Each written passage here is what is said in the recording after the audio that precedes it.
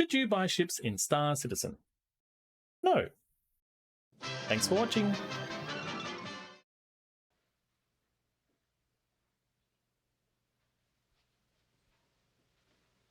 You're still here?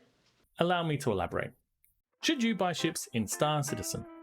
The Diablo 3 real money auction house analogy. In May of 2012, Diablo 3 was unleashed onto an excited public. Along with it came the real money auction house. Previously, third-party websites were used for real money trading of items in Diablo. These websites were often unreliable and infested with scammers. Blizzard, in their benevolent wisdom, decided to incorporate an in-house real money trading system for the safety and convenience of their player base. This real money auction house allowed players to purchase the best items in the game with real money, skipping the grind for those without time and without patience. It also afforded streamers and content creators the ability to buy the items they needed for the latest build guides and to showcase the highest level of gameplay. Starting to sound familiar? The glaring issues surrounding this move soon emerged when these financially lighter gamers took their newly purchased items into the game and realized there was nothing to do.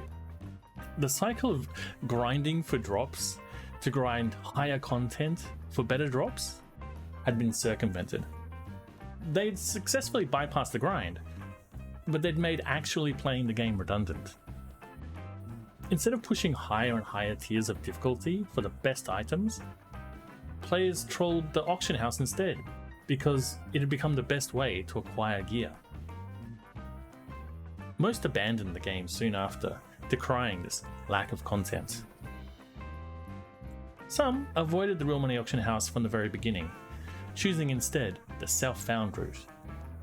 This required a certain amount of self-restraint, but maintained the longevity of the game. The real money auction house was eventually removed after the creative geniuses at Blizzard realized that paying for in-game items instead of working for them in-game ruins the game. The parallels to Star Citizen aren't perfect, but I believe they're there.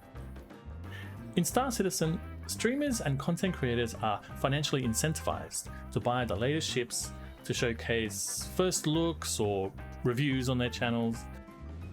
This small but vocal section of the Star Citizen community soon experiences burnout as they exhaust the remaining activities in the game. What do you do? I mean, there's just not much to do right now, so it's... yeah, I don't know. They decry the lack of content or in-game progression. What is there to do in Star Citizen? And abandon the game. Or in some cases, develop a toxic bond with it and its developers.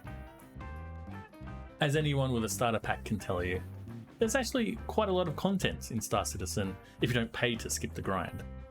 From, grinding for credits to grinding reputation for higher payouts to expanding your fleets and unlocking brand new game loops. Game loops such as racing, mining, trading, FPS missions, PvP, salvage. Get on with it! Yes! Get on with it! From a post-wipe position to a reasonably sized fleet actually takes a bit of time.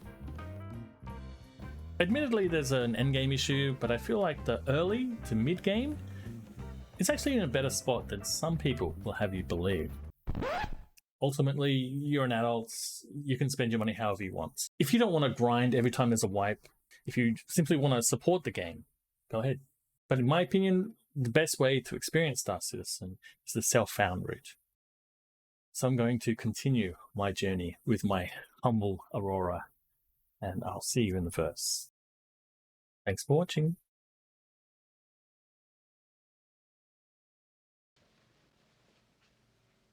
It's over. Go home.